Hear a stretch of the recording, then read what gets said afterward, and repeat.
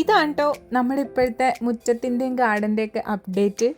ഇങ്ങനെയാണ് ഇപ്പോഴത്തെ അവസ്ഥ. സാരില്ല, എല്ലാം നമുക്ക് റെഡിയാക്കി എടുക്കാം. ഈ ഇടയായിട്ട് ഞാൻ രാവിലെ സമയങ്ങളിൽ ഗാർഡനിലേക്കൊക്കെ ഇറങ്ങുന്നത് ചെടി നടാനും ചെടീനെ കണ്ട് സന്തോഷിക്കാനും ഒന്നുമല്ല. ആക്ച്വലി കാണുമ്പോൾ എനിക്ക് കുറച്ച് സങ്കടമാണ്. എല്ലാ ചെടികളും പണിക്കാർ കയറി ഇറങ്ങി ചവിട്ടിക്കൂട്ടി പോയിട്ടുണ്ട്. അതിൻ്റെ ഭാഗമായിട്ട് നമ്മൾ നട്ടുവെച്ച മിക്ക ചെടികളും കടയപ്പാട് പറഞ്ഞൊക്കെയാണ് കിടക്കുന്നത്. ഇനിയിപ്പോൾ കുറച്ച് നാളത്തേക്ക് ഇതായിരിക്കും. നമുക്ക് എല്ലാം റെഡിയാക്കി എടുക്കാം കേട്ടോ. ഇപ്പോഴത്തെ എൻ്റെ ക്ലീനിങ്ങിന് അൽപ്പായസാണ് കേട്ടോ ഉള്ളത്. കാരണം ഞാൻ ക്ലീൻ ചെയ്ത് ഒരു മണിക്കൂർ കഴിയുമ്പോഴേക്കും സംഭവം പഴയപടിയാവും.